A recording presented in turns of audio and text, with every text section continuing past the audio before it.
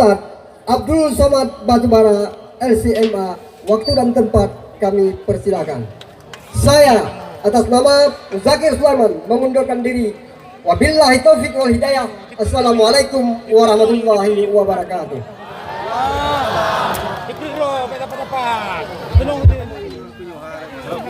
Bang. Bagi-bagi, tak dapat. Tak juga merambil ni. Jaga ke sini aja. Hai. Bismillahirrahmanirrahim. Assalamualaikum warahmatullahi wabarakatuh. Waalaikumsalam warahmatullahi wabarakatuh. Bersyukur kepada Allah dengan mengucapkan alhamdulillahi rabbil alamin. Berselawat kepada Rasulullah dengan ucapan Allahumma salli ala sayyidina Muhammad wa ala ali sayyidina Muhammad. Malam ini yang hadir di atas ini adalah orang-orang yang istimewa dan orang-orang yang memiliki kelebihan tapi selalu merendahkan hati mereka. Tadi qori kita internasional, juara musabaqah internasional seluruh qori di dunia, dan itulah yang dihadirkan malam ini Al-Mukarram Al-Ustadz Haji Darwin Hasibuan. Mudah-mudahan anak-anak kita bisa mengikut jejak beliau insyaallah. Kemudian yang melantunkan solawat tadi juga luar biasa. Selama perjalanan saya tausiah di Aceh 23 kabupaten, biasanya yang memimpin solawat satu orang saja. Malam ini saya hitung sampai 8 orang. Suaranya pun luar biasa. Oleh sebab itu anak-anak remaja ini mesti dilatih, mesti ada grup selawat. Latih remaja-remaja masjid kita, undang grup selawat namanya Salsabila. Hah? Salsabil. Kalau perempuan Salsabila. Lalu setelah itu kata sambutan dari ketua panitia Bapak Ismail, padahal beliau ketua panitia sekaligus sponsor, tapi foto beliau kecil saja, foto saya yang besar juga. Kalau saya lah yang jadi ketua panitia, saya buat foto saya besar. Foto penceramah itu saya buat pas foto 2x3. Tapi panitia Masya Allah. Lalu kemudian ketua Ikatan Alumni Timur Tengah, seluruh sarjana dari Yaman, Saudi Arabia, Yordania, Mesir, Libya, Tunisia, Aljazair, Maroko, seluruh orang Aceh yang kuliah di Timur Tengah, ketuanya Al-Mukarram Tengku Haji Fadil Rahmi LC tidak mau kata sambutan malam ini. Masya Allah, tentu banyak anak-anak gadis yang penasaran. Jangan khawatir, buka saja Instagramnya Fadil Rahmi, insya Allah akan ketemu. Tapi saya kasih tahu dari awal supaya jangan kecewa, beliau sudah menikah. Tapi baru sekali, artinya masih ada 3 seat kosong. Bapak Ibu yang dimuliakan Allah Subhanahu wa Ta'ala, biasanya saya berceramah itu dekat dengan jamaah. Tadi saya sangka ini untuk saya, tapi saya takut jatuh. Takutnya disediakan rupanya karton jatuh ke bawah. Sakitnya tak seberapa, malunya. Makanya tadi saya tanya, ini pentas? Katanya jangan Ustaz, ini goyang, khawatir jatuh ke bawah. Ini saya jelaskan supaya jangan sampai jamaah merasa kami sudah datang dari jauh, menunggu dari tadi. Ustadz itu sudah disiapkan pentas, maju pun tak mau. Bukan karena tak mau, tapi karena sesuatu dan lain hal. Ini saya jelaskan supaya jangan ada dusta di antara kita. Bisa dipahami? Judul kita, Ustadz tak boleh ceramah keluar dari judul. Meneladani Rasulullah Sallallahu Alaihi Wasallam dalam kepemimpinan. Karena memang tidak lama lagi kita akan memilih calon-calon pemimpin bangsa 6 orang.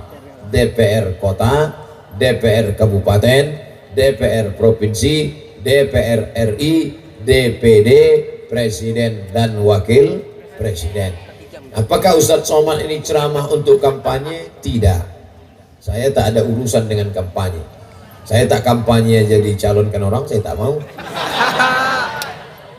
Jadi jangan kait-kaitkan saya dengan partai, dengan golongan, dengan apapun.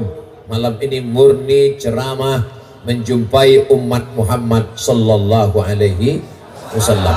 Tadi pagi kami lewat di sini dari arah sana, lalu dikasih tahu saya, Ustadz Somad, ini tempat acara di sini nanti malam. Ya, satu pun tak ada orang. Saya tengok, ngeri-ngeri sedap juga. Gimana ceramah tak ada orang? Rupanya umat Muhammad SAW berkumpul. Di belakang ada, di depan ada, di atas bukit pun ada. Masya Allah, tabarakallah. Siapa yang mengumpulkan orang bisa sebanyak ini kalau bukan karena kecintaan mereka kepada Nabi Muhammad sallallahu alaihi wasallam. Kata Nabi, nanti ada telaga. Telaga itu kolam air. Telaga Al-Kautsar. Inna a'tainakal kautsar. Nanti kalian akan minum di sana. Kalau kalian sudah minum, kalian tidak akan haus untuk selamanya. Lalu sahabat bertanya, siapa yang akan minum nanti di sana ya Rasulullah? Ikhwani. Kami kah itu? La, antum ashabi. Kalian sahabat-sahabatku. Kami minum juga, ya. Tapi nanti ada ikhwani. Siapa ikhwani itu ya Rasulullah? Amanu bi walam yarawni. Mereka beriman kepada aku, padahal mereka tak pernah melihat aku. Di mana mereka berada? Mereka berada di Paloh, Aceh, Nangro, Aceh, Darussalam. Ada di sini orang yang pernah menengok Nabi Muhammad SAW. Mungkin ada dalam mimpinya, tapi dia tawaduk, rendah hati, dia tak mau mengaku. Dia tidak ceritakan itu di warung kopi. Sebaliknya ada sebagian orang yang mengaku-ngaku saja. Ustadz Somad, ya, saya sudah jumpa dengan Nabi tadi malam. Nabi yang mana? Gimana bentuknya? Rambutnya putih, jenggotnya putih, kumisnya putih semua. Yakinlah yang kau tengok itu bukan Nabi, tapi Jet Li dalam film Drunken Master. Nabi itu rambut sama jenggotnya yang putih cuman 14 helai saja, tak sampai 20 helai, antara belasan sampai 20 helai. Begitu kata Imam Abu Isa ibn Saurah At-Tirmidzi dalam kitab Asy-Syama'il Al-Muhammadiyah. Makanya mengajilah di dayah, di tempat para abu, para abi, para tengku. Nangro Aceh Darussalam, negerinya dayah, negerinya ulama, negerinya para orang yang mengerti tentang Islam. Maka jangan ngawur. Ini mazhabnya bukan mazhab Syafi'i, bukan mazhab Maliki, bukan mazhab Hanafi, bukan mazhab Hambali. Mazhab Al-Ngawuri. Gak jelas. Kenapa? Karena tidak pernah belajar. Alhamdulillah, buah dari pengajian para abu, buah dari pengajian para tengku, inilah yang hadir malam hari ini. Mereka adalah para mujahid, tentara-tentara Rasulullah sallallahu alaihi wasallam. Nah, jangan takbir dulu. Biasanya saya takbir itu setelah 30 menit baru saya takbir. Karena fungsi saya bertakbir itu kalau sudah ada yang menguap. Udah 30 menit ceramah biasanya. Nanti kalau udah ada yang menguap takbir, Allahu Akbar. Takbir itu gunanya untuk mengusir setan. Orang yang menguap ada dua kemungkinan. Yang pertama diganggu setan, yang kedua cacingan. Tapi orang Paloh tak mungkin diganggu setan. Yang pertama, mereka dekat dengan Allah Subhanahu wa taala. Amin. Yang kedua, mereka tak mungkin cacingan karena mereka makanannya bergizi. Tepi laut kan? Makanannya ikan. Ikan di sini matinya cuma sekali. Di tempat saya ikan mati 5 kali. di kulkas sekali, dipukul sekali, dikuali 3 kali. Oleh sebab itu maka ini judul kita malam ini, meneladani Rasulullah, bukan dalam masalah keluarga, bukan dalam masalah jadi imam sholat, tapi dalam masalah kepemimpinan. Satu, ketika Nabi pindah dari kota Makkah ke kota Madinah, siapa yang menggantikan Nabi di tempat tidur? Masih ingat? Ali bin Abi Thalib. Siapa yang menemani di atas Jabal Sur? Abu Bakar. Mana resiko yang paling berat? Di tempat tidur atau di Jabal Sur? Tempat tidur lah paling enak. Saya ulang sekali lagi, nampaknya banyak yang kurang konsen. Waktu Nabi pindah dari kota Makkah ke kota Madinah, yang tidur di tempat Nabi Sayyidina Ali bin Abi Thalib, yang menemani di Jabal Sur Abu Bakar Siddiq. Resiko yang paling besar di tempat tidur, karena orang musyrik jahiliyah akan mencabut pedang, mereka akan tebaskan ke tempat tidur Nabi. Nasib baik mereka membuka selimut. Andai mereka tak buka, tak tahu terjadi apa Sayyidina Ali malam itu. Apa pelajaran dari sini? Pelajaran yang pertama, kepemimpinan Nabi. Kalau resikonya berat, kalau ancamannya kuat, kalau resikonya mati, maka tempatkanlah saudara. Tapi kalau yang ringan, tempatkanlah orang lain. Abu Bakar itu keluarga Nabi, tapi Ali keluarga lebih dekat. Kalau resikonya berat, kalau ancamannya mati, maka tempatkan saudara. Itulah ciri kepemimpinan Nabi Muhammad sallallahu alaihi. Kepemimpinan orang sekarang, kalau resikonya berat, serahkan ke security. Kalau yang ringan-ringan, kasihkan ke keluarga. Makanya judul pengajian malam ini sangat berat. Kira-kira bisa kita lanjutkan? Kalau tak bisa kita stop, kita nyanyi-nyanyi aja. Salatullah, salamullah. Saya bisa juga sedikit-sedikit. Saudara yang dimuliakan Allah Subhanahu wa taala. Ini pelajaran yang pertama. Kalau mau ikut ciri kepemimpinan Nabi Muhammad SAW, untuk resiko yang besar-besar, yang taruhannya nyawa, letakkan saudaramu. Tapi kalau untuk yang ringan-ringan, maka ajaklah orang lain. Wahai Bapak Camat, wahai Bapak Bupati, wahai Bapak Wali Kota. Mungkinnya agak-agaknya gara-gara itulah maka pemimpin banyak yang tak datang malam ini, karena judulnya berat. Di tempat lain kadang pengajian itu, jamaah sekalian, judul pengajian kita malam ini tentang sabar. Istri dilarikan orang sabar, suami dilarikan pelakor sabar. Tapi malam ini judulnya kepemimpinan Nabi Muhammad sallallahu alaihi wasallam. Ini yang pertama. Bisa kita lanjutkan? Lanjut. Yang kedua, Nabi sallallahu alaihi wasallam, dia ketika naik ke Jabal Sur, maka ada yang tidur di tempat tidurnya, namanya Sayyidina Ali. Ada yang menemani di atas, namanya Sayyidina Abu Bakar. Ada yang pura-pura membawa kambing, namanya Amir bin Fuhairah. Ada yang membawa makanan nasi kotak, siapa namanya? Asma binti Abi Bakar. Ada yang membawa berita, Abdullah bin Abi Bakar. Ada yang menunjuk jalan, namanya Ibnu Uraiqid. Saya ulang sekali lagi. Ada yang tidur di tempat tidur Nabi, Sayyidina Ali. Menemani di atas, Abu Bakar. Membawa berita, Abdullah. Membawa makanan, Asma. Menunjukkan jalan, Ibnu Uraiqid. Mengembala kambing di bawah, Amir bin Fuhairah. Maka ciri kepemimpinan Nabi, Nabi tidak one man show. One, satu orang. Man, laki-laki. Show, ingin menunjukkan dirinya sendirian. Kalau bukan karena saya, Nabi tidak begitu. Tapi Nabi membawa di a team. dia membawa satu kelompok tim. Begitu juga dengan acara malam ini. Kira-kira bisa acara ini Bapak Ismail sendiri? Bisa?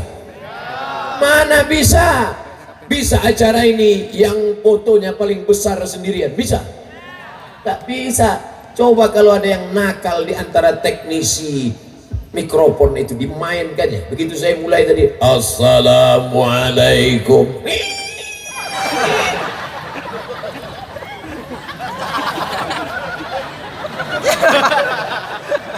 Kita mesti pemimpin yang bisa bekerja sama.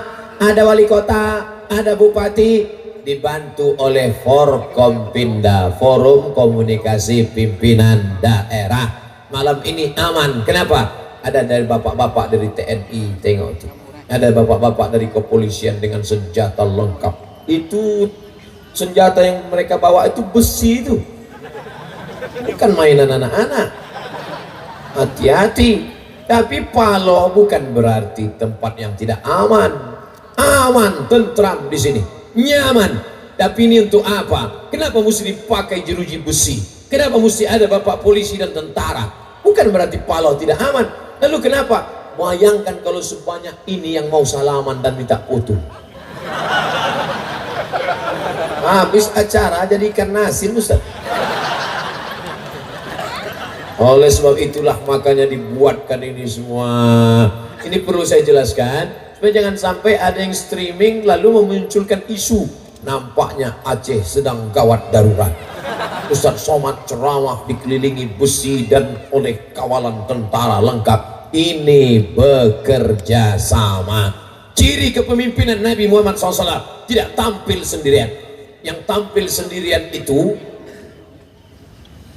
4. Yang pertama Fir'aun, yang kedua Korun, yang ketiga Iblis, yang keempat Bapak.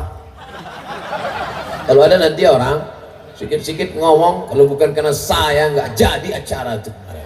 Kalau bukan karena saya tak akan mungkin datang Ustaz Somad itu. Oh gitu ya Pak? Ya. Ada 4 yang selalu ngomong saya Pak. Pertama Fir'aun, yang kedua Korun, yang ketiga setan, yang keempat tahu sendiri Bapak. Oleh sebab itu maka kita mesti bekerja sama. Ini ciri kepemimpinan Nabi Muhammad SAW. Ada Bapak Dandim, ada Bapak Kapolres, ada Bapak Pengadilan, ada Bapak Kejaksaan, ada Bapak yang pada malam hari ini semuanya diwakili. Yang terhormat Bapak Wali Kota diwakili oleh, yang terhormat Bapak Kapolres diwakili oleh, yang terhormat Bapak Dandim diwakili oleh, yang terhormat diwakili oleh. Tidak apa-apa karena mereka sibuk, tapi ceramah ini insya Allah sampai ke telinga mereka dengan syarat mereka mau membeli paket 2 giga. Mereka tadi sedang sibuk, apalagi ini awal pekan bekerja, kita memaklumi. Mudah-mudahan pemimpin-pemimpin kita ini dipanjangkan Allah umur mereka insya Allah. Tapi tidak ada gunanya pernah berkuasa, pernah jadi Kapolres, pernah jadi Komandan Dandim, pernah menjadi wali kota, pernah menjadi bupati, pernah menjadi kepala pengadilan negeri, pernah menjadi kejaksaan, tapi tak pernah berbuat untuk agama. Kok berani Ustadz ngomong gitu? Mereka tak datang.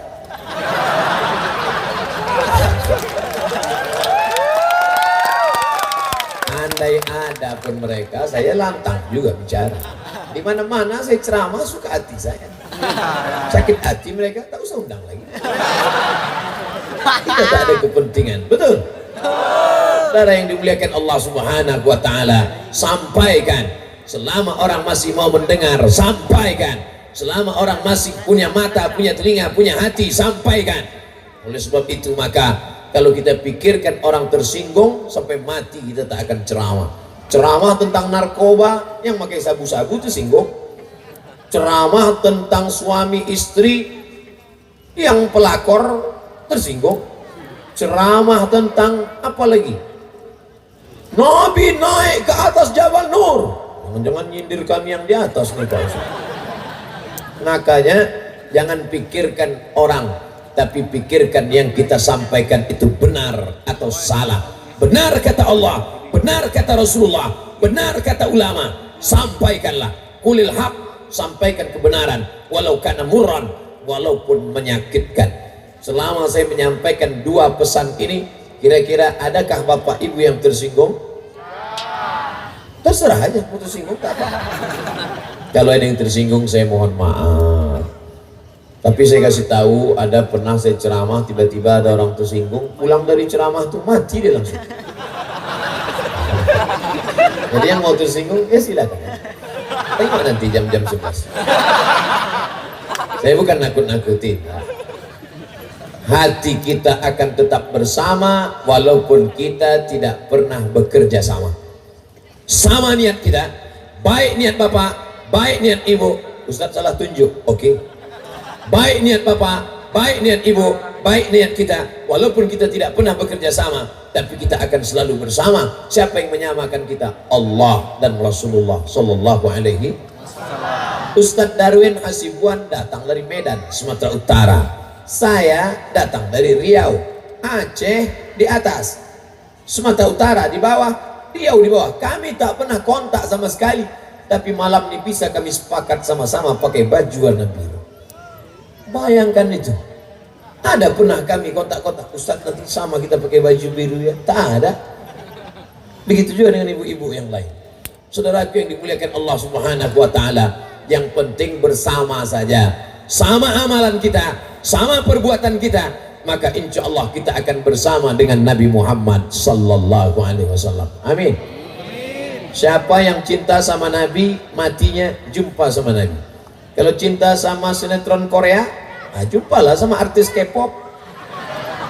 Kalau yang suka sinetron India, Pak Ustaz, di akhirat insya Allah satu tempat sama Amitabh Bachchan, Sanjay Dutt, Rani Mukherjee, Kabika Chika Bikam, Kuch Kuch Hota Hai.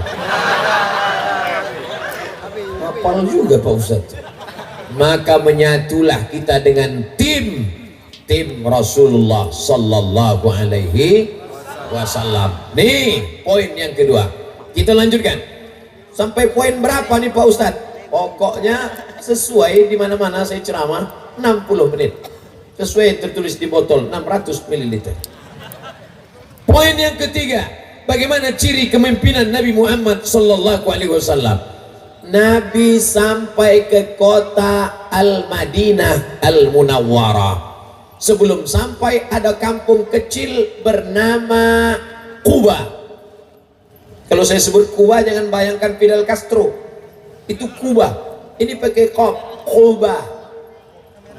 Quba. Di Quba membangun masjid. Nabi sampai hari Senin. Dia pergi dari Quba hari Jumat. Jadi kalau begitu berapa lama dia di Quba?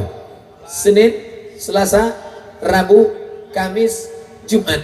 4 sampai 5 hari di Quba. Disambut orang Quba. Tala'al badru alaina min saniyatil wada' wajaba syukru alaina mada'a lillahi dah. Selama 4 hari berdirilah satu masjid, itulah dia Masjid Quba. Ciri kepemimpinan Nabi yang ketiga adalah membangun masjid. Tadi saya dengar pengumuman Pak Protokol ada penggalangan dana untuk pembangunan masjid tadi. Mana kotaknya? Orang sebanyak ini kotaknya cuma satu. Sebarkan lagi kotak Pak.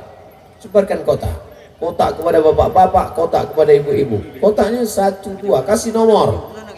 10 kotak disebar, yakinkan 10 juga yang balik.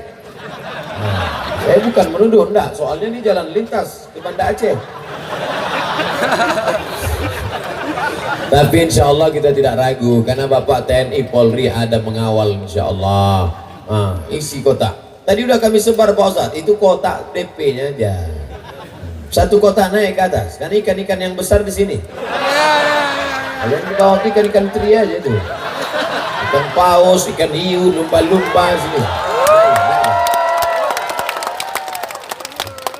Bapak Ibu yang dimuliakan Allah Subhanahu wa taala. Siapa yang memasukkan duitnya ke kotak untuk pembangunan masjid, itulah yang akan dapat syafaat Nabi Muhammad SAW. Apa kata malaikat berdoa? Hadis Sahih Al-Bukhari, tidak diragukan kesahihannya. Allahumma ati munfiqan khalafa. Siapa yang bersedekah, kasih dia ganti. Siapa yang bersedekah, kasih dia ganti. Siapa yang tak bersedekah, apa kata malaikat? Allahumma ati mumsikan talafa. Siapa yang tak bersedekah, binasakan dia. Siapa yang tak bersedekah, binasakan dia. Nah, cuman udah agak-agak mulas terasa. Siapa yang tak bersedekah, binasakan dia. Ibu yang tak mau bersedekah, dapat duit simpan, gaji 13 simpan, SPPD simpan, panen sawit simpan, panen karet simpan, hasil jual ikan simpan, mati. Simpanan ibu akan diambil bapak untuk modal kawin lagi. Simpan, simpan, simpan. Saya pula kotak ini.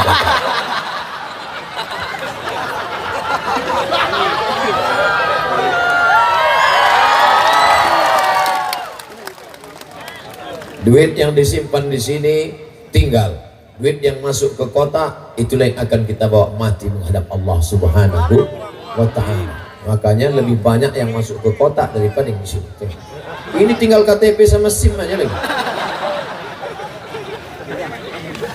Balik kita ke cerita ibu-ibu tadi. Dapat SPPD keluar kota, simpan. Dapat gaji 13, simpan. Dapat lagi uang, simpan. Uang sipak, uang tunjang, uang sundul, uang sikut, simpan.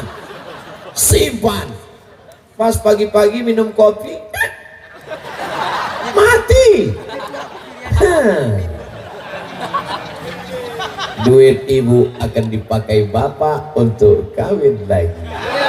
Tengok, mereka udah ketawa sekarang. Masukkan ke kotak, Bu. Masukkan. Masukkan sekarang juga. Panitia, kira-kira kalau ada ibu-ibu ini yang tak bawa duit, boleh ngutang enggak? Boleh? Boleh. Catat nama, tulis, Bu. Saya bukan nakut-nakuti. Kita tengok ibu ini tak lama lagi. 2 kali Jumat gol nampaknya ini. Cepat sikit. Ustaz Somad ini tak enak kalau ceramah. Giliran mati ibu-ibu aja. Oke, kalau gitu kita balik. Sekarang bapak tuh mati. Asal dapat duit, beli mobil. Dapat duit, bangun rumah. Dapat duit, beli motor. Dapat duit, beli cincin. Tahu-tahu bapak mati. Harta bapak di total mobil, motor, rumah, cincin segala macam tadi 2 miliar. Amin. 2 miliar, Bu. Ibu dapat berapa? Harta 2 miliar dibagi 2 namanya gono gini. Artinya kau begono, aku begini. 2 miliar bagi 2. 1 miliar untuk ibu, 1 miliar untuk almarhum. Dari 1 miliar tadi, ibu dapat lagi 1/8 karena ada anak, 125 juta. Tambah 1 miliar. Bulan untuk ibu 1 miliar 125 juta. Pergi ke Medan, masuk ke salon. Nah, naik dagu ke atas. Pipi naik. Kenapa tak pergi ke Banda Aceh? Takut ketahuan tetangga. Pergi agak jauh sedikit kan? Dah habis 25 juta. Beli motor besar 100 juta. Masih ada tinggal berapa lagi, Bu? Tengok, udah ngitung mereka. 25 juta untuk salon, 100 juta beli motor gede, tinggal 1 miliar untuk persiapan liburan dengan berondong. Bronis, berondong manis. Sore-sore jalan-jalan tepi pantai, pegangnya. Suami baru nanya, Adinda, walaupun udah keriput panggilnya Adinda. Adinda, mana makam suamimu yang lama? Itu bangsa. Menunjuk pun tak bisa lagi pakai tangan, saking pegangnya kuat di pinggang Bronis tadi. Kira-kira Pak, Cemana? Udah tahu kau sudah? Begitulah nasibmu Pak yang menyimpan duit. Isilah kotak isi.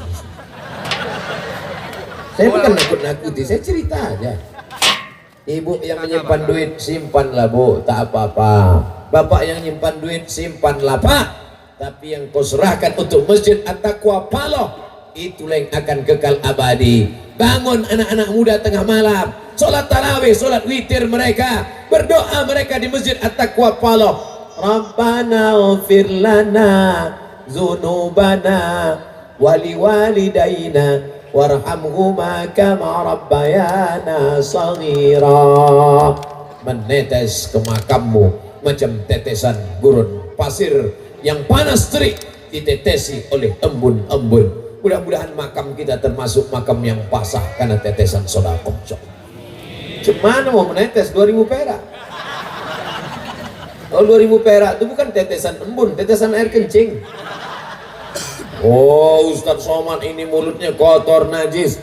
Pergilah tengok kalau tak percaya. WC buang air besar 3000, buang air kecil 2000. Betul kan? Nah, makanya yang masuk 2000 tambah agak 5000 lagi. Saudaraku yang dimuliakan Allah Subhanahu wa taala, yang mencari duit pergi pagi pulang petang peras keringat banting tulang, itu yang kau cari untuk siapa? Untuk anak Pak Ustadz? Iya kalau anakmu ingat. Kalau tidak, untuk istri Pak Ustadz? Udah aku ceritakan tadi dah. Yang untuk kita itulah yang kita berikan untuk masjid. Maka saudaraku yang membawa kotak itu kawan-kawan tak bisa berjalan saking padatnya. Betul-betul sapu rata supaya semuanya dapat sampai ke ujung. Sampai di ujung jangan kalian naik bis balik kemari. Soalnya aku tengok banyak juga bis lewat situ.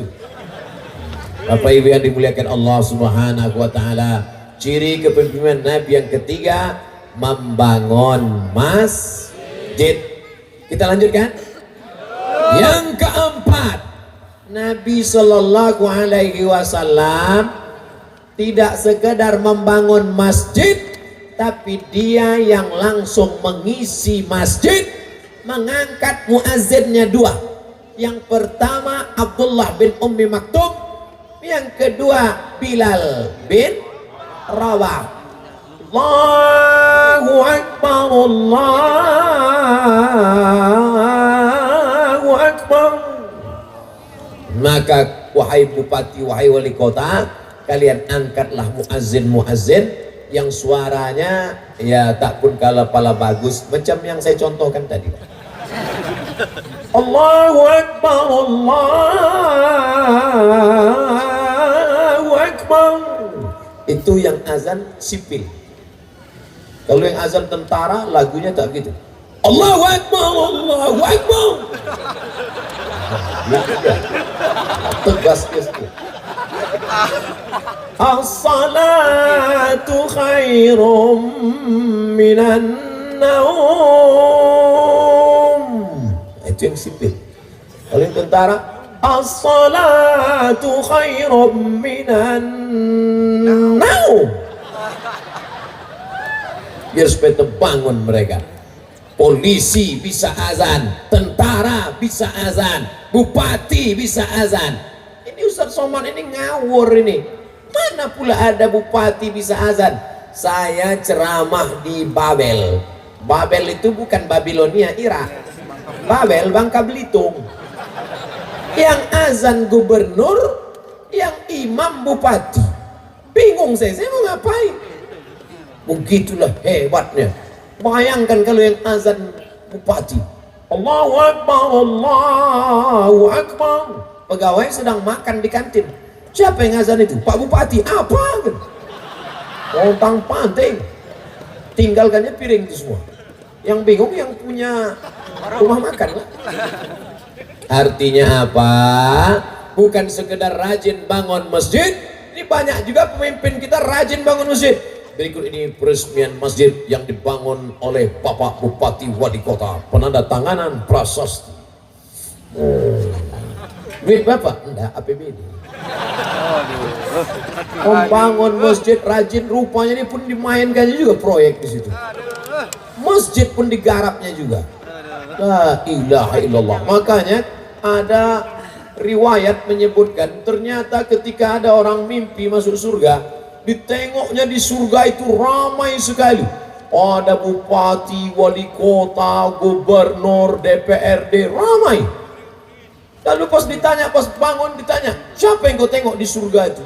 Banyak sekali pejabat. Terus saya tanya, malaikat, kenapa mereka banyak betul masuk surga? Kata malaikat, mereka sedang studi banding. Tak lama nanti balik ke tempat asal. Tapi yang mereka betul-betul tulus membangun masjid, memperjuangkan rumah Allah, dan setelah itu menyiapkan muazzinnya, imamnya, takmirnya, maka siapkanlah imam. Lomba musabaqah azan, lomba musabaqah imam. Dewan jurinya siapa? Ustadz Darwin Hasibuan akan datang. Kalau maulid jangan hanya sekedar pengajian seperti ini. Maulid tahun depan buat dalam rangka acara maulid tablik akbar sekaligus pembagian hadiah. Juara 1 lomba azan, juara 1 lomba imam, juara 1 lomba tarhim, juara 1 lomba salawat, juara 1 lomba barzanji. Yang juara-juara ini akan diberangkatkan umroh ke tanah suci. Setuju? Yang ngasih tiket siapa? Kalianlah yang kaya-kaya. Kalau punya duit banyak, jangan kalian pergi ke Makkah bolak-balik setahun sampai 5 kali. Sampai di Makkah pun tidur aja di hotel. Kerjanya cuma shopping, belanja. Sekali kau ke Makkah cukup. Kalau duitmu banyak, berangkatkan anak-anak lomba azan, berangkatkan anak-anak lomba imam. Panggil Ustadz Al-Mukarram jadi dewan jurinya, makharijul hurufnya, tajwidnya. Juara 1 imam. Bismillahirrahmanirrahim. Al-Rahman Allamal Quran. Siapa itu? Itu yang juara 1 kemarin musabaqah imam. Siapa dewan jurinya? Ustadz Al-Mukarram, juara internasional seluruh dunia diundang, dia juara 1. Andai ada musabaqah dunia akhirat, juara 1 juga. Begitulah untuk memakmurkan masjid. Tapi Nabi hanya mengangkat muazzin saja. Adapun imamnya langsung Nabi Muhammad sallallahu alaihi wasallam. Kalau tak sanggup jadi imam, angkat imam ratib. Itulah Umar bin Khattab mengangkat imam, namanya Ubay bin Ka'ab. Siapa namanya? Ubay bin Ka'ab. Jadi wahai bapak bupati, wali kota, gubernur, kalau kalian tak sanggup jadi imam, bisa kalian angkat imam ratib. Berdasarkan ilmunya hebat, dia keluarkan SK. Dengan ini kami angkat imam ratib. Maka jangan paksakan, kalian tak pandai baca maju kharijul hurufnya tunggang langgang lintang pukang, dan peran tertahankan juga maju ke depan. Adapun pejabat-pejabat yang di belakang itu gimana? Maju pak, maju pak, maju pak. Padahal bacaan tak betul. Oleh sebab itu maka kalau tak sanggup, angkat imam ratib. Umar bin Khattab mantap bacaannya, tapi dia orangnya rendah hati. Saat tarawih diangkatnya imam tarawih, namanya Ubay bin Ka'ab. Ubay bin Ka'ab itulah yang mengumpulkan Quran-Quran yang tertulis di pelepah korma, di tulang onta, di batu yang lepes, di batu yang ceper, sampai akhirnya tertulislah Quran 30 juz pada masa pemerintahan Sayyidina Abu Bakar Siddiq. Maka ciri kepemimpinan Rasulullah yang keempat, mengangkat petugas-petugas masjid sehingga masjid menjadi ramai. Mudah-mudahan masjid kita makmur ramai insyaallah. Amin. Saya tidak ragu dengan Paloh Loksmawe. Kenapa? Sedangkan di tanah lapang aja seramai ini, padahal bukan masjid, apalagi di masjid. Kalau tak percaya tengok subuh besok. Man sholat subha fi jama'atin, siapa yang sholat subuh berjamaah, faka'annama sholal laila kullah, dapat pahala macam sholat sepanjang malam. Jangan lupa ajak anak cucu menantu besok sholat subuh berjamaah. Kalau sampai masjid kosong, tidak ada yang sholat berjamaah, istahwazat alaihimus syayatin, satu kampung diganggu setan, RT-nya kesetanan, RW-nya kesetanan, bupatinya kesetanan, camatnya kesetanan. Udah sampai situ aja. Saudara yang dimuliakan Allah Subhanahu wa taala, kita lanjutkan yang ke. Memang orang kalau kurang cairan susah ingat. Dehidrasi namanya. Makanya saya kalau ceramah saya ingat terus. Keempat, sekarang yang kelima. Apa ciri kepemimpinan Nabi Muhammad sallallahu alaihi wasallam? Nabi itu dari yang kelima. Nabi itu dari kota Makkah ke kota Madinah 500 km naik onta, naik kuda, naik onta, naik kuda 1 jam sama dengan push up 1000 kali. Bagaimana kalau naik onta, naik kuda? Berapa lama dari Makkah ke Madinah? Nabi berangkat hari Senin, Selasa, Rabu, Kamis, Jumat, Sabtu, Ahad, Senin. 8 hari 8 malam sampai ke Madinah naik onta, naik kuda. Maka pelajaran yang kelima, bahwa Nabi Muhammad itu orangnya sehat. Tolong Bapak yang umur 5, Nabi Muhammad waktu pindah berapa itu umurnya Pak Ustadz? Jadi Nabi 40, tinggal di Makkah 13, 40 tambah 13, 53 tahun umurnya, sanggup naik kuda, naik onta 500 km. Tolong mana bapak-bapak yang umur 53, kita kasih kuda malam ini. Tapi kuda asli, jangan odong-odong. Orang sekarang umur 53 tahun, dari ujung sampai ujung tak ada yang betul lagi. Mata rabun, telinga peka, jantung udah pasang cincin 3, kaki asam urat, darah diabetes mellitus. Kalau kebetulan penyakitnya sama, jangan tersinggung. Saya tak tahu nyindir-nyindir. Bapak Ibu yang dimuliakan Allah Subhanahu wa taala, 5 ciri kepemimpinan Nabi Muhammad SAW adalah orangnya sehat. Dari mana datang sehat itu? Dari sholat yang teratur. Sholat ini, darah di jantung menyembur naik ke otak, jantung berdegup berdetak, jaga, pegang 2 jari di bawah, terasa dia berdegup. Coba rasa, yang dirasa itu dada sendiri, jangan dada kawan pegang. Kalau masih berdegup, alhamdulillah. Kalau tak berdegup, kasih tahu, kain kapan udah siap. Makanya orang yang paling penting sehat itu jantungnya. Kenapa darahnya tidak mengalir? Karena darahnya banyak bercampur minyak dan gula. Ambil nanti darah kambing, darah sapi, darah ayam, masukkan ke situ air, menyatu. Masukkan air, menyatu. Masukkan gula, beku. Masukkan darah, masukkan minyak, masukkan kolesterol, membeku. Begitulah darah membeku. Maka jangan banyak-banyak makan.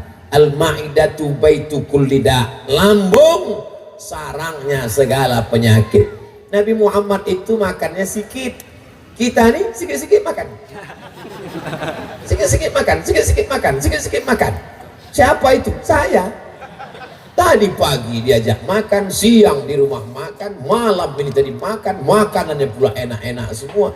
Selama di Aceh ini, masya Allah, kalau bolehlah saya seminggu di sini gemuk nampaknya.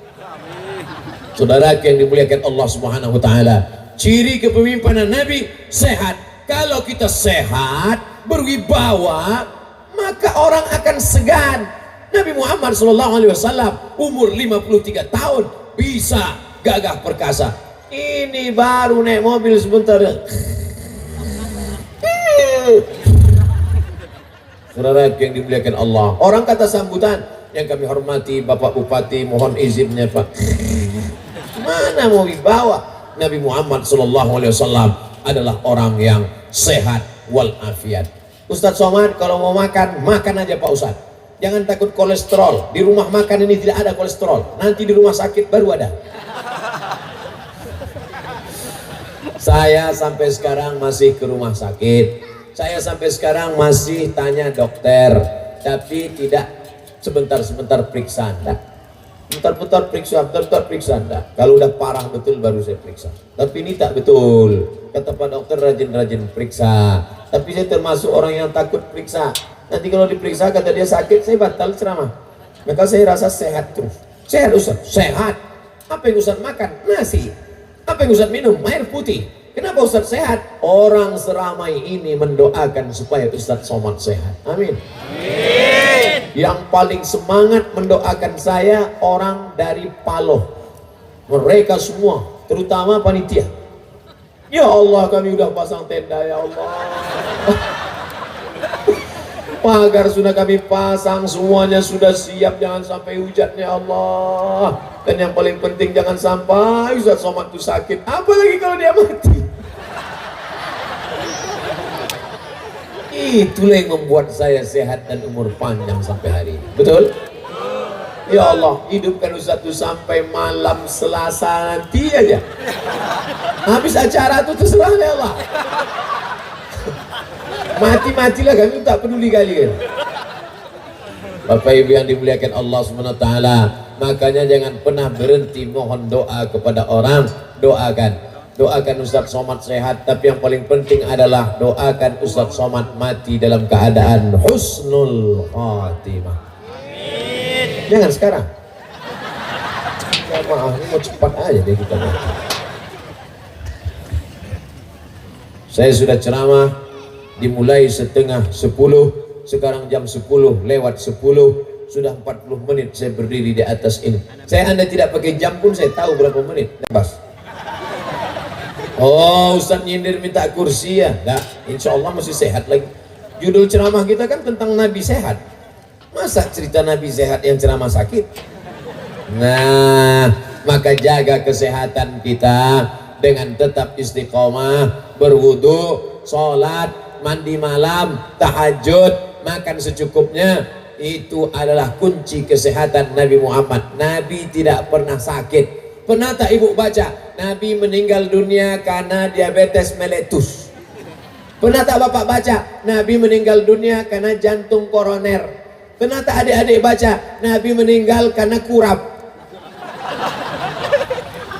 Nabi meninggal karena ajalnya tiba, dan salah satu penyebabnya adalah karena pada tahun ke-7 dia diracun oleh seorang Yahudi. Mereka letak di makanannya, ya Muhammad sallallahu alaihi wasallam, engkau suka daging kambing bagian mana? Kata Nabi, daging kambing yang aku suka bagian kaki bagian depan. Oh, kita kalau bertanya tamu, Ustadz suka makan apa? Makan ikan, kasih ikan, karena kita menyenangkan tamu. Orang Yahudi tidak. Mana yang kau paling suka? Kambing kaki bagian depan. Rupanya dipasang mereka racun sebanyak-banyaknya di kaki bagian depan. Sahabat Nabi yang memakan daging kambing itu kontan mati langsung. Nabi datang Jibril alaihissalam, muntahkan ya Muhammad. Dimuntahkan Nabi, keluar, tapi ada setetes dua tetes masuk ke lehernya, dan itu masuk menjadi racun di dalam daging Nabi Muhammad sallallahu alaihi wasallam. Hikmahnya Allah ingin menjadikan Nabi Muhammad mati syahid. Dua-dua dia dapat, mati sebagai nabi, mati sebagai syahid Muhammad sallallahu alaihi wasallam. Tapi pelajaran penting yang kita ambil, Nabi tidak ada penyakit, dia orang yang sehat wal afiat. Ada masalah? Any problem? What can I do for you? Pelajaran yang kelima sudah lewat Ustaz. Pelajaran yang keenam, Nabi Muhammad sallallahu alaihi wasallam, ciri kepemimpinan yang keenam adalah bahwa Nabi sallallahu alaihi wasallam orang bingung. Ustadz Somad, Nabi itu miskin apa kaya? Ini yang keenam yang ingin saya bahas. Bahwa Nabi Muhammad sallallahu alaihi wasallam pada tahun kedua hijrah terjadi perang bernama Perang Badar. Di Perang Badar itu dapat harta rampasan perang 50.000 keping uang dinar. Zaman Nabi tak ada duit kertas, tak ada duit kertas macam zaman kita. Zaman Nabi duitnya emas, 1 keping 4,25 gram, 2 juta, dapat 50.000 keping. Sekarang kita hitung berapa duit Nabi Muhammad SAW. Kalau satu keping 4,25 gram, dengarkan baik-baik, ini mungkin jadi soal CPNS. Bila satu keping uang zaman Nabi beratnya 4,25 gram, namanya mata uang dinar, Nabi perang Badar memperoleh 50.000 keping. Berapakah hasil perang Badar? Mestinya begitu.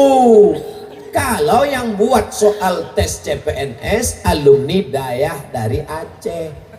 Amin. Sekarang yang buat tes-tes soal PNS itu siapa? Tak berkualitas. Tono, Tini, dan Tony menjaga warnet. Tony menjaga pagi karena sore dia kuliah.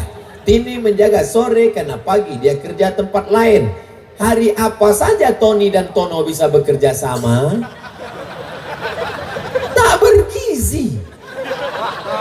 Apa ini? Ustaz kok tahu? Itu soal waktu saya tes CPNS. Coba kalau soalnya Nabi perang Badar memperoleh harta warisan ghanimah rampasan perang sebanyak 50.000 keping uang dinar. Satu dinar beratnya 4,25 gram. Harganya sekarang 2 juta. Berapakah yang diperoleh Nabi saat perang Badar? Kan bergizi. Ada nilai agamanya, ada nilai sejarahnya, ada nilai pengetahuannya. Satu keping dinar 4,25 gram dirupiahkan sebetulnya 2,5 juta lebih, tapi karena kita udah lama kenal 2 juta aja lah. Kali 50.000 keping, 2 juta kali 50.000 keping sama dengan 100 miliar. Jatah Nabi berapa? Disebutkan dalam Quran, wa'alamu annama ghanimtum min syai'in fa inna lillahi khumusahu. Nabi dapat jatah khumus, khamsah 5, khumus 1/5, 20%. Balik ke soal CPNS. Jika total harta 100 miliar, Nabi dapat 1/5, maka jatah Nabi 20 miliar. Nampaknya tak ada yang lulus ini. 20 miliar jatah Nabi. Maka apa pelajaran kepemimpinan Nabi Muhammad SAW? Yang keenam, pemimpin mesti kaya. Jangan katakan Nabi Muhammad itu miskin, melarat, jubahnya compang-camping, perutnya diikat batu. Itu Muhammad yang mana? Muhammad tukang ayam. Mohon maaf, tukang ayam yang kesini. Saudara yang dimuliakan Allah Subhanahu wa taala, Muhammad sallallahu alaihi wasallam yang aku kenal, Muhammad yang dikenalkan oleh Ibnu Ishaq, Muhammad yang dikenalkan oleh Ibnu Hisham adalah Muhammad yang kaya. Menikah dengan Khadijah, maharnya 20 ekor onta. Onta paling murah 35 juta. Itu pun onta-onta yang berkurap lah itu. Kali 20 ekor 700 juta. Menikah dengan Khadijah, umurnya 25 tahun. Maharnya 700 juta. Itu Muhammad yang ku kenal. Bukan anak-anak muda sekarang. Ku kenal dengan bismillah. Kere. Pemimpin itu kaya. Maka kalau kaya dia tidak korupsi, betul? Kalau kaya dia tidak akan mau mengambil uang yang bukan milik dia, karena dia kaya. Judul malam ini luar biasa. Hai pendengar, jangan kalian salahkan aku tak pernah minta judul, panitia yang buat. Kalau mau salah, salahkan Pak Ismail. Foto dia yang ada di situ. Saudara yang dimuliakan Allah Subhanahu wa taala, kita tidak mau menyindir siapapun. Kita sedang ingin belajar, karena yang di hadapan saya ini adalah calon-calon pemimpin bangsa di masa yang akan datang. Yang sekarang kelas 1 SMP, SMP 3 tahun, SMA 3 tahun, kuliah 4 tahun. Kalian sekarang SMP malam ini mengantuk-ngantuk ingusan. Tapi sabar, 2018 kalian SMP, 2028 kalian sudah selesai S1, kalian akan menjadi pemimpin Aceh, pemimpin Indonesia, bahkan pemimpin dunia Islam di masa akan datang. Amin. Ini yang mau kita tuju malam ini, bukan menyindir pemimpin-pemimpin yang udah mau mati. Yang mau kita bangkitkan semangatnya ini adalah calon-calon pemimpin masa depan. Takbir. Baru takbir kan? Itu berarti udah ada yang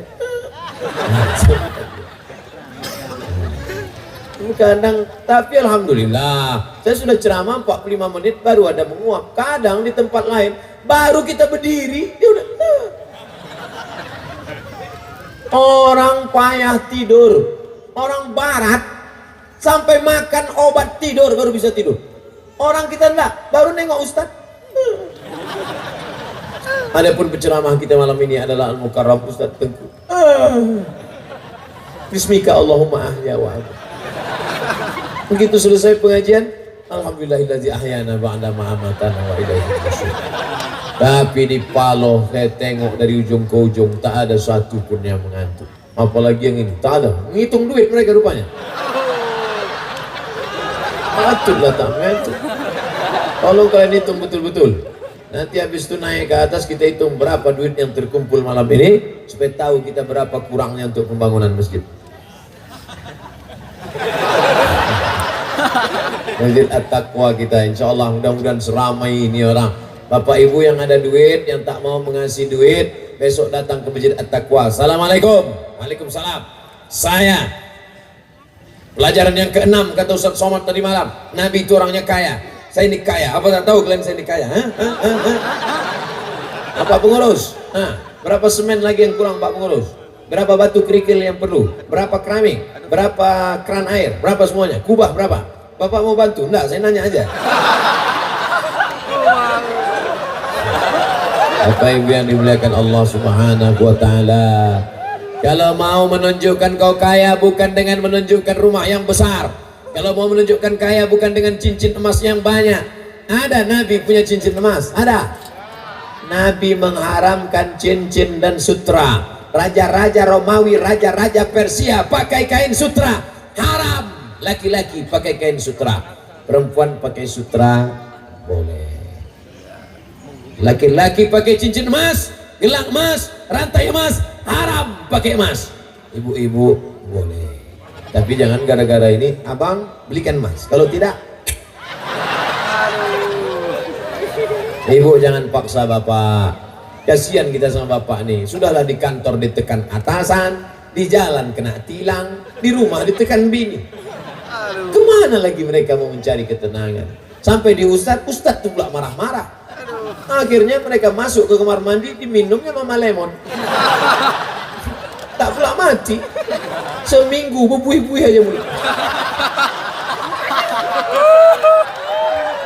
Saudara yang dimuliakan Allah Subhanahu wa ta'ala, pelajaran yang ke-6, Nabi Muhammad itu kaya tapi dia hidup bersahaja.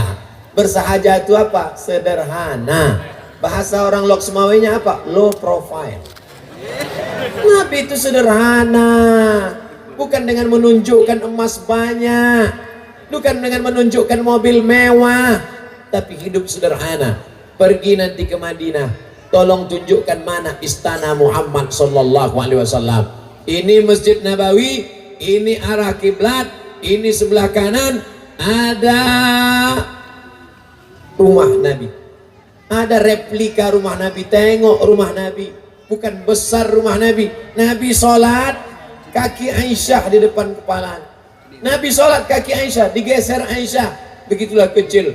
Mana rumah Nabi itu Pak Ustadz? Makam Nabi Muhammad sekarang itulah rumah Nabi. Karena Nabi jenazahnya, jasadnya tak dipindahkan, meninggal dia di situ, dimandikan di situ, dikuburkan di situ, jasadnya tidak bawa keluar. Maka tempat kita mengucapkan salam, Assalamualaikum ya Rasulullah, Assalamualaikum ya Habiballah, Assalamualaikum ya khaira khalqillah, Assalamualaikum ayuhan nabiyyu wa rahmatullahi wabarakatuh. Itu adalah makam Sayyidina wa Maulana Muhammad sallallahu alaihi wasallam. Tak ada duit Nabi banyak, miskin Nabi kaya, tapi kayanya bukan untuk menunjukkan keduniawian.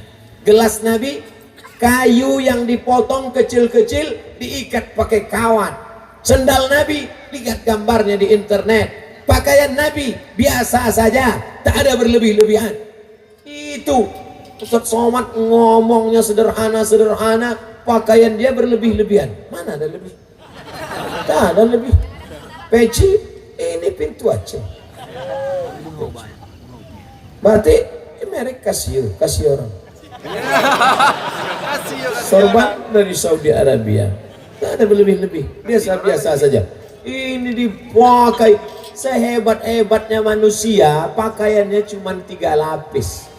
Di dalam singlet 1, di luar baju kemeja 1, di luar sorban 1. Kalau ada yang sampai 4 lapis, itu orang demam. Oleh sebab itu apa yang kelebihan ini? Oleh sebab itu maka biasa-biasa saja. Ini ibu-ibu ini asal acara, tas di depan. Masalah, tas kulit. Ini baru beli kemarin 15 juta. Yang nanya siapa? Walakin dimuliakan Allah. Ustaz nyindir. Nah, saya tak nampak siapa yang bawa tas, siapa yang tidak. Oleh sebab itu maka kalau kau mau tunjukkan dirimu kaya, datang kau besok ke Masjid At-Taqwa, kasih tahu sama pengurus masjid. Pengurus masjid, ya. Mana WC kamar mandi? Belum selesai. 1 WC saya yang menyelesaikan. Gitu. Berapa tahun? Nantilah saya cicil. Bapak Ibu yang dimuliakan Allah Subhanahu wa taala. Pelajaran yang ke-7. Yang ke-7, Nabi Muhammad sallallahu alaihi wasallam ketika dia saat pergi ke Badar, jarak dari Masjid Nabawi ke Badar sejauh 150 km. Waktu itu umur Nabi saat pindah 53 tambah 2 55. Apa pelajaran di sana?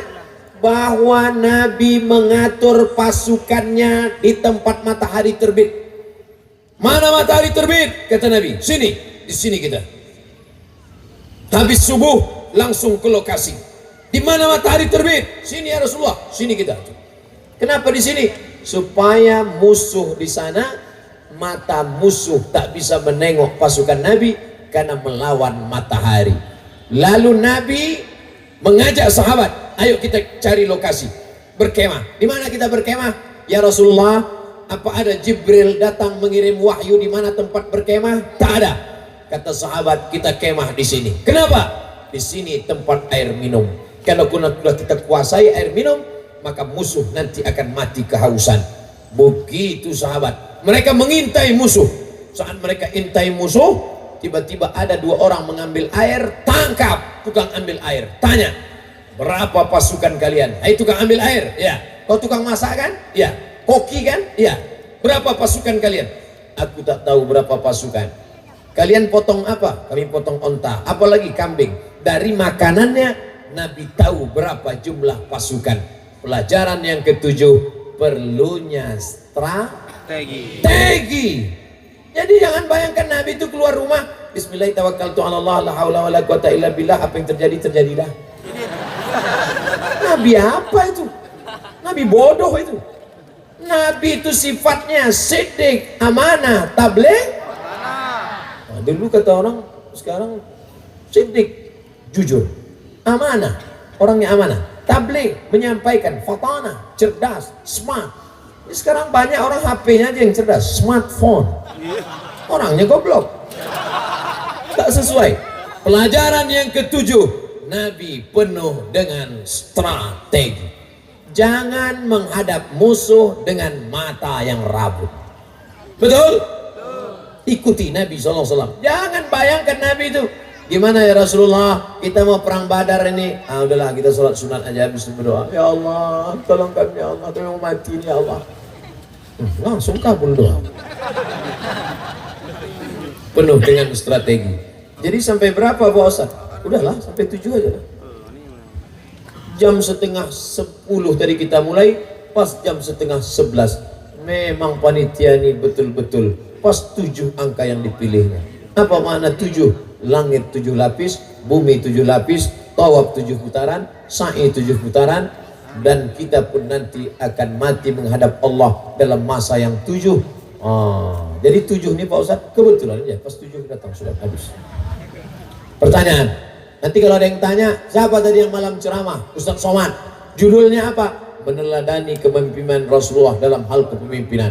Berapa kata Ustaz Somad tadi malam? 7. Tiba-tiba ada Buya Abu Tengku ceramah katanya 11, berartinya ilmunya lebih daripada saya. Ciri kepemimpinan Nabi ada 11, berarti dia lebih hebat dari Ustaz Somad. Ciri kepemimpinan Nabi ada 3, berarti waktu dia lebih pendek dari saya. Yang disampaikan Ustaz Somad 7. Apa hukum bercadar? Ada perempuan cadar sini? Kenapa kalian bercadar? Nanti ibu-ibu ini ada yang ngejek. Kau kenapa bercadar? Kau menjaga pipimu ya? Kau menjaga lubang hidungmu ya? Kau menjaga bibirmu ya? Hai perempuan yang bercadar, kalau ada perempuan ibu-ibu nanya kenapa kau bercadar, jawab dia, aku bercadar bukan menjaga pipiku, aku bercadar bukan menjaga lubang hidungku, aku bercadar bukan menjaga bibirku, aku bercadar menjaga mata lakimu yang gatal.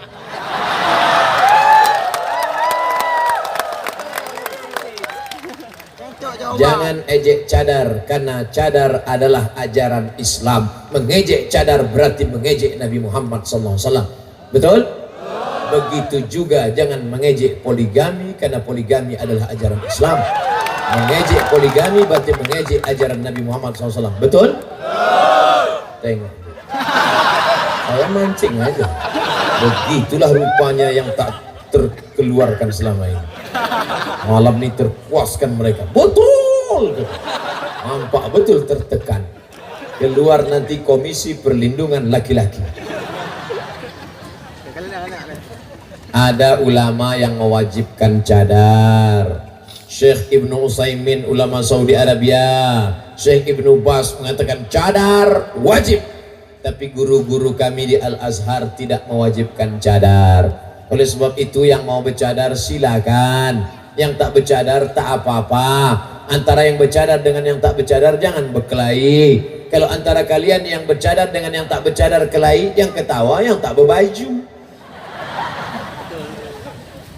Mari kita jaga bersama. Ustaz, saya mau pakai cadar, tapi kata mak saya kau jangan bercadar, nanti kau tak laku. Mana imanmu, Bu? Mana tawakalmu, Bu?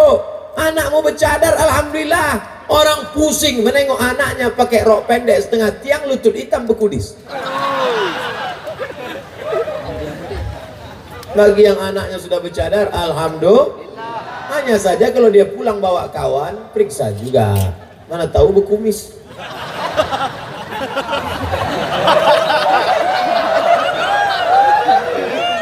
Bagaimana hukum membaca Quran di samping mayat? Kenapa kau baca Quran samping mayat? Buka tafsir Abul Fida Ismail Ibnu Katsir, namanya tafsir Al-Quranil Azim. Nama lainnya Al-Tafsir Ibnu Katsir, tapi nama aslinya tafsir Al-Quranil Azim. Apa kata dia dalam muqaddimah surat Yasin? La tuqra'u fi amrin asirin. Kalau dibacakan pada perkara yang susah, dibacakan pada perkara yang sulit, illa yassarahullah, maka Allah memudahkan. Surat Yasin kalau dibaca pada perkara yang sulit, Allah mudahkan. Makanya ibu selalu baca surat Yasin. Ibu di Paloh masih ada baca surat Yasin kan? Terus Bu baca. Nanti kalau suami ibu nanya, kau sudah baca mana? Yasin bang. Apa baca Yasin aja dari dulu untuk mudahkan abang. Nanti bapak tuh kalau agak-agak demam sedikit, bacakan Yasin. 2 gendang ya. Kalau tak cepat sehat, cepat mati. Wal Qur'anil Hakim, innaka laminal mursalin ala siratim mustaqim tanzilal azizir rahim. Bangga kita, rumah sakit mewah, megah, mahal, cantik, keren, tapi dari kaca terdengar suara baca Yasin. Kita pun masuk ke dalam, siapa yang baca tadi? Rupanya MP3 HP. Anak tak ada yang bisa baca Yasin. 3 anak hebat-hebat di situ menengok ayah yang terbujur di ruang ICU. ICU itu artinya ICU, you don't see me. Aku bisa menengok kau, kau tak bisa nengok aku. Ruang ICU itu sunyi, tak ada suara. Yang ada suara Innalillah. Nah, maka yang paling bagus itu adalah membacakan surat Yasin. Kata Imam Abul Fida Ismail Ibnu Katsir, laqinu mautakum. Satu anak membaca Yasin, satu anak mentalkinkan ke telinga sebelah kanan, la ilaha illallah. Insya Allah yang suka pengajian, yang suka tahlil, yang suka tahtim, yang suka tahmid, yang suka tasbih, mudah dia mengucapkan la.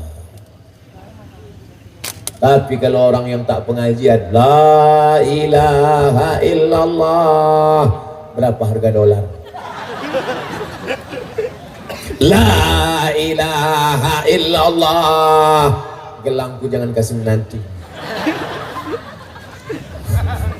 Oleh sebab itu jangan tinggalkan dunia ini semua, maka bacakan Al-Quran supaya tenang. Yang meninggal tenang dan keluarga yang datang pun tenang. Daripada diam. Kawan-kawan kita di agama yang lain meninggal main gaple, kelepak. Kita tidak, bukan begitu adabnya. Wa idza quri'al Qur'an, kalau ada orang baca Quran, fastami'u lahu, dengar baik-baik, wa ansitu, diam, la'allakum turhamun. Dibacakan Quran maka turunlah rahmat. Kalau Quran dibacakan ke rumah, turun rahmat di rumah. Kalau Quran dibacakan di kamar, turun rahmat di kamar. Quran dibacakan pada saat takziah, maka turunlah rahmat di sana. Begitu cara memancing rahmat Allah. Beruntunglah ibu-ibu yang suaminya para penghafal Quran, beruntung bapak-bapak yang istrinya para qariah baca Quran. Beruntunglah kalian. Mudah-mudahan yang lajang-lajang ini dipertemukan dengan yang solehah-solehah. Amin. Yang bilang amin yang belum nikah. Anak susun paku, amin. Untuk anak-anak kita maksudnya, amin. Amin. Berkurang. Ustadz, banyak kalangan dewasa ini membajak nama Ahlus Sunnah wal Jamaah. Yang Ahlus Sunnah itu sebenarnya siapa? Iya juga ya. Bajak-bajak sekarang. Nama saya pun dibajak orang di internet. Katanya udah mendukung ini, udah mendukung ini, udah mendukung ini. Saya mana bisa mendukung? Berat saya 49 kilo. Mana kuat mendukung mereka? 3 Ahlus Sunnah wal Jamaah. Aqidahnya Asy'ari, fikihnya bermazhab Hanafi, Maliki, Syafi'i, Hambali, tasawufnya Sunni, Junaid al-Baghdadi dan Abu Hamid al-Ghazali. Itu yang dirumuskan. Man huwal Azhari, kata Syekh Ali Jum'ah. Kami ini Azhari. Ustaz Fadil Rahmi Azhari. Kami ini Azhari, alumni Azhar. Siapa itu Azhari? Ahlus Sunnah wal Jamaah. Asy'ariyul aqidah, aqidahnya Asy'ari, wujud qidam baqa mukhalafatul hawadis, qiyamuhu bi nafsihi wahdaniyah, qudrat ilmu hayat sama' basar kalam. Fikihnya bermazhab Hanafi, Maliki, Syafi'i, Hambali, tapi kami berpegang pada mazhab Syafi'i. Tasawufnya Sunni, bukan falsafi. Tasawuf yang amali, bukan nazari. Itulah tasawuf Abu Hamid al-Ghazali dan Junaid al-Baghdadi dalam kitab Ihya Ulumuddin. Itulah Ahlus Sunnah wal Jamaah. Bagaimana hukumnya orang beramal tanpa terikat oleh satu mazhab? Saya tidak ikut Hanafi, tidak ikut Maliki, tidak ikut Hambali, tidak ikut Syafi'i, langsung ke Quran dan Sunnah. Kalau ada orang ngomong begitu, berarti kau imam mazhab yang kelima.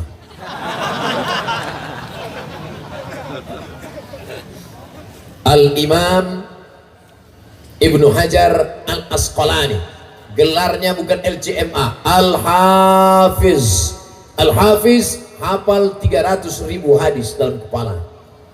Baca Sahih Bukhari tak paham, dia mensyarahnya. Syarahnya Fathul Bari, syarah Sahih Al-Bukhari. Tapi tengok ujung namanya, Al-Hafiz Ibnu Hajar Al-Asqalani Asy-Syafi'i, masih bermazhab Syafi'i. Tafsir Jalalain ditulis oleh Jalaluddin Abdurrahman As-Suyuti. Tadribur Rawi oleh Jalaluddin Abdurrahman As-Suyuti. Al-Jami' Al-Kabir ditulis oleh Imam Jalaluddin As-Suyuti. Tapi nama dia Al-Hafiz Jalaluddin Abdurrahman As-Suyuti Asy-Syafi'i, imam-imam besar masih bermazhab. Lalu kau siapa? Orang yang tak bermazhab ini dua kemungkinan. Pertama imam mazhab, yang kedua orang gila. Ustaz Somad, saya masih mengikut mazhab Syafi'i. Begitu guru-guru kami mengajar. Bagaimana hukum KB Pak Ustaz? KB terbagi dua. Yang pertama namanya tanzimun nasal, yang kedua namanya tahdidun nasal. Nasal artinya keturunan. Yang pertama tanzim boleh. KB mengatur kelahiran 2 tahun sekali. 2 tahun sekali? Ui. 2 tahun sekali? Ui. Boleh. 3 tahun sekali? Boleh. 4 tahun sekali? Boleh. Ini namanya tanzimun nasal. Dalilnya mana? Nabi membolehkan azal. Sahabat yang melakukan azal dibolehkan Nabi. Maka KB yang 3 tahun sekali, 4 tahun sekali boleh. Maksudnya 3 tahun sekali anak lahir, bukan 3 tahun sekali ibu bini, bukan. Yang tidak boleh itu tahdid. Tahdid putus. Kalau sudah ikut program ini tak bisa lagi punya anak.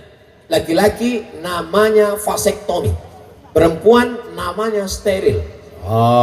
Ibu kalau sudah steril tak bisa hamil lagi. Ibu sudah steril. Kenapa steril? Anak sudah ada. Saya steril aja lah. Begitu steril tak bisa punya anak. Anak yang ada ditabrak mobil, mati. Senyum suami. Ada banyak yang senyum kan?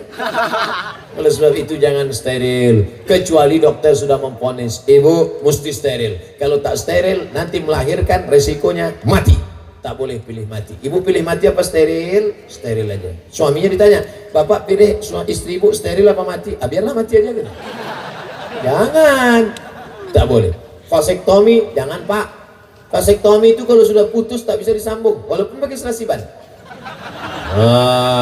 Jadi kesimpulannya KB ini dua. Yang tanzimun nasal, pengaturan boleh. Tapi kalau tahdid, vasektomi dengan steril tak boleh.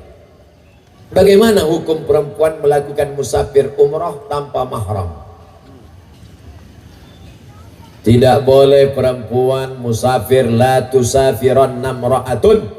Tidak boleh perempuan musafir illa ma'adhi mahramin, kecuali dengan mahram.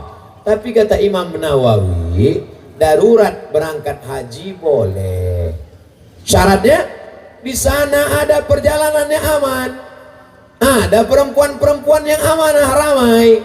Begitu juga dengan umrah zaman sekarang. Ada ketua kloter, ada pembimbing ibadah, banyak ibu-ibu ramai, maka tetap dibolehkan. Ibu yang sudah menyetor silakan, tapi betul-betul amanah. Banyak juga sekarang perempuan pergi sendiri, suaminya dilarang, rupanya mau pergi sama mantan. Jangan kalian macam-macam buat dosa di tanah suci. Memang betul mau pergi lillahi ta'ala, tidak ada mahram. Dan nanti waktu cap paspor itu yang ditanya pakai mahram itu yang muda-muda saja. Kan mahram? Mana mahram? Yang tua-tua tak ada mahram. Pasal nenek lewat aja nenek. Ada yang mau ganggu nih. Beli suit dah lewat. Ustaz, semoga Allah memberikan sehat selalu Ustaz. Amin. Di kertas terakhir ini yang doakan sehat. Bolehkah belajar ilmu tauhid, ilahiyat, rububiyat, asma wa sifat? Ini teori yang dipakai bukan oleh tradisi kita. Tradisi kita selalu memakai sifat 20. Saya dulu sekolah, Ustaz sekolah di mana? Di Al-Wasliyah. Al-Wasliyah tauhidnya pakai apa? Dasuki ala umil barahin. Waktu sanawiyah pakai apa? Al-Husunul Hamidiyah. Sifat yang dipakai apa? Wujud kidam baqa mukhalafatul hawadis qiyamuhu binafsihi wa daniyah qurat ilmu hayat sama basar kalam. Maka ikuti itu. Sampai di Al-Azhar Mesir, di Mesir pun kami pakai itu juga. Di tingkat 3 Fakultas Usuluddin, wujud kidam baqa mukhalafatul hawadis qiyamuhu binafsihi. Dan di Aceh diberikan Allah nikmat besar. Salah satu anak Aceh lulus dari Fakultas Usuluddin jurusan akidah dari Aceh, asli anak Aceh, Dr. Al-Azhar akidah, namanya Dr. Amri. Cari Dr. Amri, beliau ada pengajian di Banda Aceh, undang juga ke Lok Semawi, mengkaji sifat 20, pertemuan setahun buat wujud Kidam Bako. Saya sendiri pun banyak bertanya tentang beliau, bagaimana kitab Al-Ibana, bagaimana kitab Al-Luma, bagaimana tentang masalah ini, bagaimana tentang masalah istiwa, bagaimana tentang masalah takwil, bagaimana tentang masalah tafwid. Maka bertanya kepada ulama, kalau tidak mengerti saya referensikan untuk mengkaji sifat 20 bersama Ustadz Dr. Amri Asli dari Bumi Nangro Aceh Darussalam, mendapat gelar doktor dari Al-Azhar. Undang tablik akbar ini hanya sekedar pintu saja. Habis tablik akbar mesti ada kelanjutan. Habis tablik akbar lanjutkan pengajian bersama para abu, para abi, para tengku di dayah. Jangan cukupkan hanya sekedar tablik akbar. Insya Allah semua pertemuan kita ini menjadi berkah insya Allah. Amin ya rabbal alamin. Ala hadhihi niyyah wa kulli niyatin salihah. Al-Fatihah. A'udzu billahi minasy syaithanir rajim. Bismillahirrahmanirrahim. Alhamdulillahi rabbil alamin. Ar-Rahmanir Rahim. Maliki yaumiddin. Iyyaka na'budu wa iyyaka nasta'in. Ihdinas siratal mustaqim. Siratal ladzina an'amta 'alaihim ghairil maghdubi 'alaihim waladdallin. Amin. Allahumma anzilir rahmata was salamata wal barakata ala hadhil jamaah. Turunkan keselamatan, kerahmatan, keberkahan kepada seluruh jamaah Paloh ya Allah. Allahumma rzuqna imaman adila. Berikan kepada kami pemimpin-pemimpin yang adil mengikut Nabi Muhammad sallallahu alaihi wasallam. La tusallit alaina bidhunubina ma la yakhafuka wa la yarhamuna. Jangan kau angkat pemimpin kami orang yang tak takut padamu dan tak sayang pada kami ya Allah. Rabbana ighfir lana dzunubana, ampunkan dosa kami, wali walidaina, kedua orang tua kami, wali abaina, ayah kami, wali ummahatina, emak kami, wali azwajina, pasangan hidup kami, wali ikhwanina, saudara-saudara kami, wali dzurriyyatina, anak cucu keturunan kami, wali man hadarana, semua yang hadir di majelis ini ampunkan silap salahnya ya Allah. Wali man ghaba anna, saudara kami yang tak datang karena sakit, karena uzur syar'i, wali ikhwanina alladzina sabaquna bil iman, orang-orang yang sudah mendahului kami mati dalam keadaan beriman. Allahumma khtim lana bi husnil khatimah, tutup umur kami dengan husnul khatimah, wala taqtim alaina bi su'il khatimah, jangan tutup dengan su'ul khatimah. Allahumma arhamna bil Quran, rahmati kami dengan Quran, waj'alhu lana imaman wa nuran wa hudan wa rahmah. Jadikan Quran sebagai pembimbing, pembina, penerang cahaya kepemimpinan bagi kami ya Allah. Allahumma ja'al abana'ana wa banatina minal qurra wal huffazil Quran. Jadikan anak cucu keturunan kami para qari-qari, para penghafal Al-Quran, minal mujahidina fisabilik bi amwalihim wa anfusihim. Jadikan mereka orang-orang yang menolong agamamu dengan harta dan nyawa mereka ya Allah. Allahumma dafa'an al-ghala wal waba wal fahsya wal riba wal zina. Selamatkan Paloh dari malapetaka, bencana, riba, zina, narkoba, perbuatan keji dan mungkar. Allahumma aslih syababal muslimin, perbaiki anak-anak muda kaum muslimin. Allahumma ja'al aimmatana fil mustaqbal, jadikan mereka menjadi pemimpin-pemimpin kami di masa akan datang ya Allah. La tada' lana dzamban illa ghafarta, segala dosa kami ampunkan ya Allah. Wala aiban illa satarta, segala cacat kami tutupi ya Allah. Wala dainan illa qadaita, utang piutang kami tolong kami bantu untuk melunasi, lepas dari riba, kredit ya Allah. Wala maridan illa syafaita, ada di antara kami yang sakit, angkat penyakitnya, sehatkan ya Allah. Wala mayitan illa rahimta, yang sudah meninggal dunia lapangkan kuburnya ya Allah.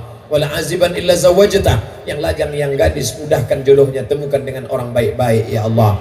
Wala raghiban illa anjabta, yang sudah menikah belum juga punya anak, berikan keturunan yang soleh dan solihah ya Allah. Wala hajatan min hawaijid dunya wal akhirah laka ridha walana fiha salah illa qadaitaha wa yassartaha, segala hajat dunia, hajat akhirat baik bagi kami dan engkau ridha, maka tunaikan supaya sampai hajat kami ya Allah.